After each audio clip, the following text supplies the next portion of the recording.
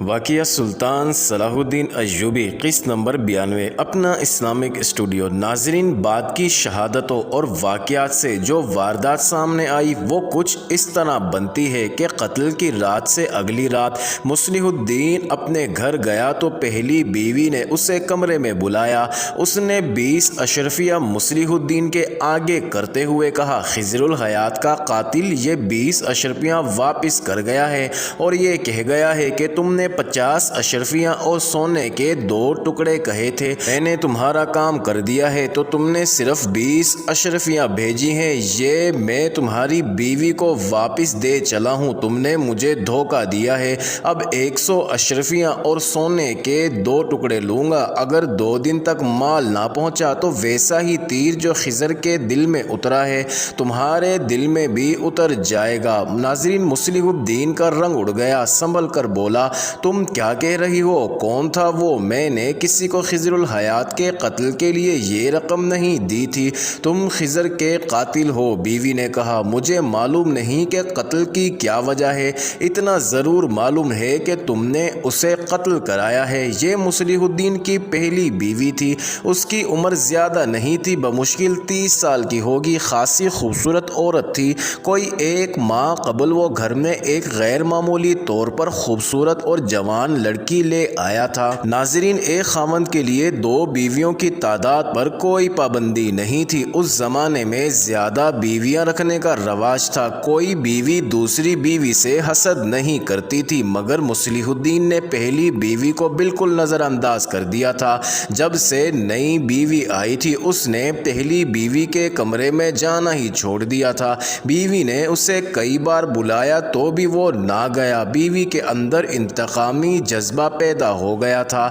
یہ آدمی جو اسے 20 اشرفیاں دے گیا تھا غالباً مصلح الدین سے بڑا ہی سنگین انتقام لینا چاہتا تھا، اسی لیے اس نے اس کی پہلی بیوی کو بتا دیا تھا کہ خضر الحیات کو مصلح الدین نے قتل کرایا تھا۔ تم اپنی زبان بند رکھنا، مصلح الدین نے بیوی کو بارعب لہجے میں کہا، یہ میرے کسی دشمن کی چال ہے، وہ میرے اور تمہارے درمیان دشمنی پیدا کرنا چاہتا ہے۔ تمہارے دل میں میری دشمنی کے سوا اور رہا ہی کیا ہے؟ بیوی نے پوچھا۔ میرے دل میں تمہاری پہلے روز والی محبت ہے، مصلح الدین نے کہا۔ کیا تم اس آدمی کو پہچانتی ہو؟ اس نے چہرے پر نقاب ڈال رکھا تھا، بیوی نے کہا، مگر تمہارا نقاب اتر گیا ہے، میں نے تمہیں پہچان لیا ہے۔ مصلح الدین نے کچھ کہنے کی کوشش کی مگر بیوی نے اسے بولنے نہ دیا۔ اس نے کہا، مجھے شک ہے تم نے بیت المال کی رقم ہضم کی ہے جس کا علم خضر الحیات کو ہو گیا تھا، تم نے کرائے کے قاتل سے اسے راستے سے ہٹا دیا ہے۔ مجھ پر جھوٹے الزام عائد نہ کرو، مصلح الدین نے کہا، مجھے رقم ہضم کرنے کی کیا ضرورت ہے؟ تمہیں نہیں، اس فرنگن کو رقم کی ضرورت ہے جسے تم نے نکاح کے بغیر گھر رکھا ہوا ہے۔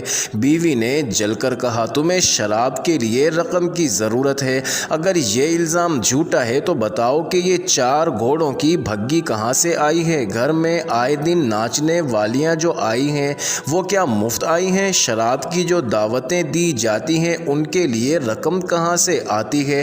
خدا کے لیے چپ ہو جاؤ، مصلح الدین نے غصے اور پیار کے ملے جلے لہجے میں کہا، مجھے معلوم کر لینے دو وہ آدمی کون تھا جو یہ خطرناک چال چل گیا ہے، اصل حقیقت تمہارے سامنے آ جائے گی، میں جب تک چپ نہیں رہ سکوں گی۔ بیوی نے کہا، تم نے میرا سینہ انتقام سے بھر دیا ہے، میں سارے مصر کو بتاؤں گی کہ میرا خاوند قاتل ہے، ایک مومن کا قاتل ہے، تم میری محبت کے قاتل ہو، اس قتل کا انتقام لوں گی۔ مصلح الدین منت سماجت کر کے اسے چپ کرانے لگا اور اسے قائل کر لیا کہ وہ صرف 2 روز چپ رہے تاکہ وہ اس آدمی کو تلاش کر کے ثابت کر سکے کہ وہ قاتل نہیں ہے۔ اس نے بیوی کو یہ بھی بتایا کہ غیاث بلبیس نے چند ایک مشتبہ افراد پکڑ لیے ہیں اور قاتل بہت جلدی پکڑا جائے گا۔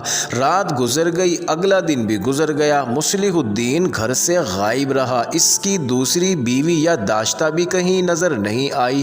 شام کے بعد مصلح الدین گھر آیا اور پہلی بیوی کے کمرے میں چلا گیا، اس کے ساتھ پیار محبت کی باتیں کرتا رہا۔ بیوی اس کے فریب میں نہیں آنا چاہتی تھی مگر پیار کے دھوکے میں آ گئی۔ مصلح الدین نے اسے کہا کہ وہ اس آدمی کو ڈھونڈ رہا ہے جو 20 اشرفیاں دے گیا تھا۔ کچھ دیر بعد بیوی سو گئی۔ اس رات مصلح الدین نے ملازموں کو چھٹی دے دی تھی۔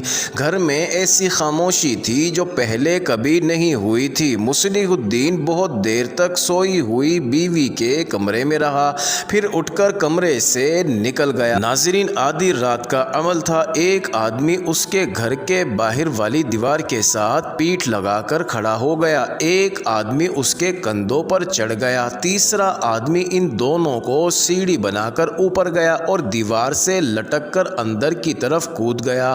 اس نے اندر سے بڑا دروازہ کھول دیا۔ اس کے دونوں ساتھی اندر آ گئے۔ اس گھر میں رکھوالی کتا ہر رات کھلا رہتا تھا۔ اس رات وہ بھی دڑبے میں بند تھا۔ شاید ملازم جاتے ہوئے بھول گئے تھے کہ اسے کھلا رہنا ہے۔ تینوں آدمی برآمدے میں چلے گئے۔ اندھیرا گہرا تھا۔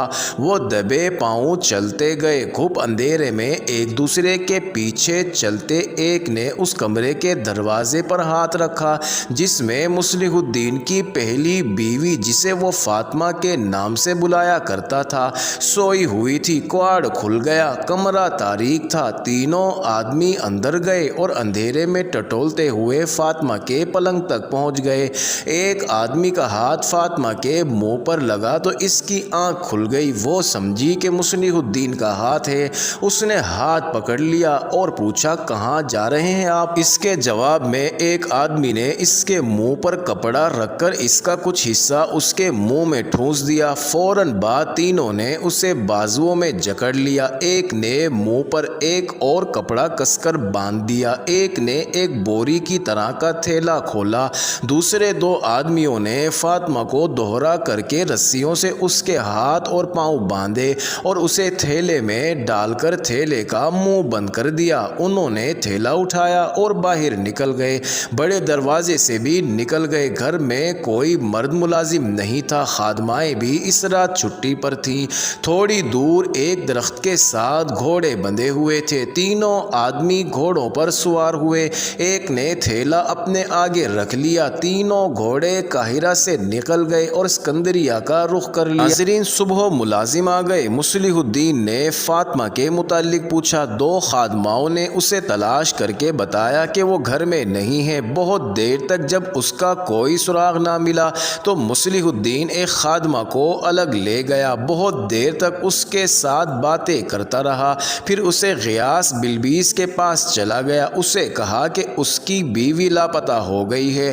اس نے اس شک کا اظہار کیا کہ خضر الحیات کو فاطمہ نے قتل کرایا ہے اور خضر مرتے مرتے انگلی سے مصلح جو لکھا تھا وہ دراصل مصلح کی بیوی لکھنا چاہتا تھا، لیکن موت نے تحریر پوری نہ ہونے دی۔ اس کے ثبوت میں اس نے اپنی خادمہ سے کہا کہ وہ بلبیس کو اس آدمی کے متعلق بتائے۔ خادمہ نے بیان دیا کہ پرسوں دروازے پر ایک اجنبی آیا جس کے چہرے پر نقاب تھا۔ اس وقت مصلح الدین گھر پر نہیں تھا۔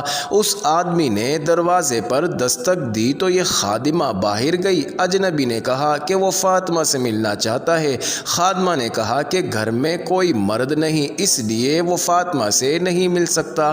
اس نے کہا کہ وہ فاطمہ سے یہ کہہ دے کہ وہ اشرفیاں واپس کرنے آیا ہے، کہتا ہے کہ میں پوری رقم لوں گا۔ خادمہ نے فاطمہ کو بتایا تو اس نے اس آدمی کو اندر بلا لیا۔ خادمہ نے بیان میں کہا کہ فاطمہ نے اسے برآمدے میں کھڑا رہنے کو کہا اور یہ ہدایت دی کہ کوئی آ جائے تو میں اسے خبردار کر دوں۔ خادمہ کمرے کے دروازے کے ساتھ کھڑی رہی۔ اندر کی باتیں جو اسے سنائی دی ان میں سے اس آدمی کا غصہ اور فاطمہ کی منت سماجت تھی۔ ان باتوں سے صاف پتہ چلتا تھا کہ فاطمہ نے اس آدمی سے کہا تھا کہ علی بن سفیان کے نائب حسن بن عبداللہ کو قتل کرنا ہے، جس کے عوض وہ اسے 50 اشرفیاں اور 2 ٹکڑے سونے دے گی۔ خادمہ کو یہ معلوم نہیں ہو سکا کہ فاطمہ نے اس آدمی کو 20 اشرفیاں کس وقت اور کہاں بھیجی تھی اور کون لے گیا تھا۔ وہ پوری 50 اشرفیاں مانگ رہا تھا۔ فاطمہ اسے کہہ رہی تھی کہ اس نے غلط آدمی کو قتل کیا ہے۔ یہ نقاب پوش اجنبی کہہ رہا تھا کہ تم نے یقین کے ساتھ بتایا تھا کہ حسن بن عبداللہ فلاں فلاں وقت خضر الحیات کے گھر جائے گا۔ وہ گھات میں بیٹھ گیا۔ اس نے ایک آدمی کو خضر کے گھر کے دروازے کے قریب جاتے دیکھا۔ اس کا قد بت حسن بن عبداللہ کی طرح تھا۔ قتل کرتے وقت اتنی مہلت نہ ملی کہ شکار کو اچھی طرح دیکھ کر یقین کر لیا جائے۔ تم نے جو وقت بتایا تھا یہ وہی وقت تھا۔ میں نے تیر چلا دیا اور وہاں سے بھاگنے کی کوشش کی۔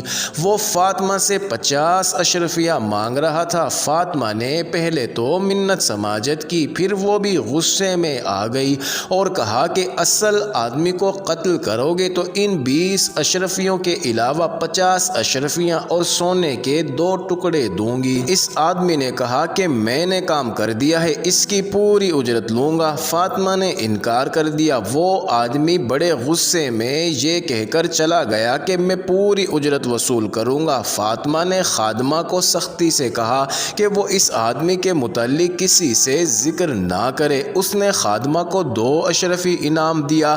آج صبح وہ اس کمرے میں گئی تو فاطمہ وہاں نہیں تھی۔ اسے شک ہے کہ اس آدمی نے انتقاماً اسے اغوا کر لیا ہے۔ غیاث بلبیس نے کچھ سوچ کر مصلح الدین کو باہر بھیج دیا اور خادمہ سے پوچھا یہ بیان تمہیں کس نے پڑھایا ہے، فاطمہ یا مصلح الدین نے؟ فاطمہ تو یہاں نہیں ہے۔ اس نے کہا یہ میرا اپنا بیان ہے، مجھے سچ بتا دو۔ بلبیس نے کہا فاطمہ کہاں ہے، وہ کس کے ساتھ گئی ہے؟ ناظرین، خادمہ گھبرانے لگی، کوئی تسلی بخش جواب نہ دے سکی۔ بلبیس نے کہا کوتوالی کے تہ خانے میں جانا چاہتی ہو، اب تم واپس نہیں جا سکو گی۔ معزز ناظرین، یہ انٹرسٹنگ ویڈیو جاری ہے، اگلی ویڈیو قسط نمبر 93 میں دیکھنا مت بھولیے گا۔